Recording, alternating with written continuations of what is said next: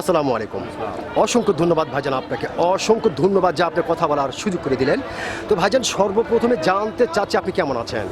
মোটামুটি ভালো আছেন, যাক আলহামদুলিল্লাহ, যে আল্লাহ পাক আপনাকে ভালো রেখেছে। তো ভাইজান, যেহেতু আপনি বাংলাদেশের একজন সচেতন নাগরিক এবং বাংলাদেশের কিন্তু একটি বিষয় আমি বলতে বাধ্য হচ্ছে, সেটা হচ্ছে যে আপনাকে দেখে কিন্তু মোটামুটি একজন সাহসী মানুষ বলে মনে হচ্ছে, যে আপনি অত্যন্ত একজন সাহসী মানুষ। সেই ক্ষেত্রে এই বিষয়টি আপনার কাছ থেকে জানতে চাচ্ছি যে আমাদের বাংলাদেশে হাজারো সমস্যা, লক্ষ সমস্যা, এত সমস্যার ভিতরে অ্যাট ফার্স্ট নতুন সরকার বিএনপি কোন সমস্যাটারই আগে সমাধান করবে? আপনার কোনটা জরুরি বলে মনে হয়?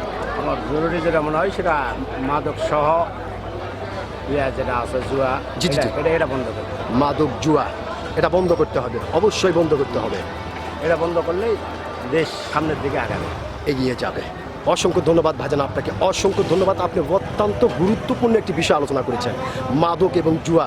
আমি আশা করব আপনার এই গুরুত্বপূর্ণ কথাটি অবশ্যই নতুন সরকার গুরুত্বপূর্ণভাবে যেন আমলে নেয়। অসংখ্য ধন্যবাদ আপনাকে। আসসালামু আলাইকুম।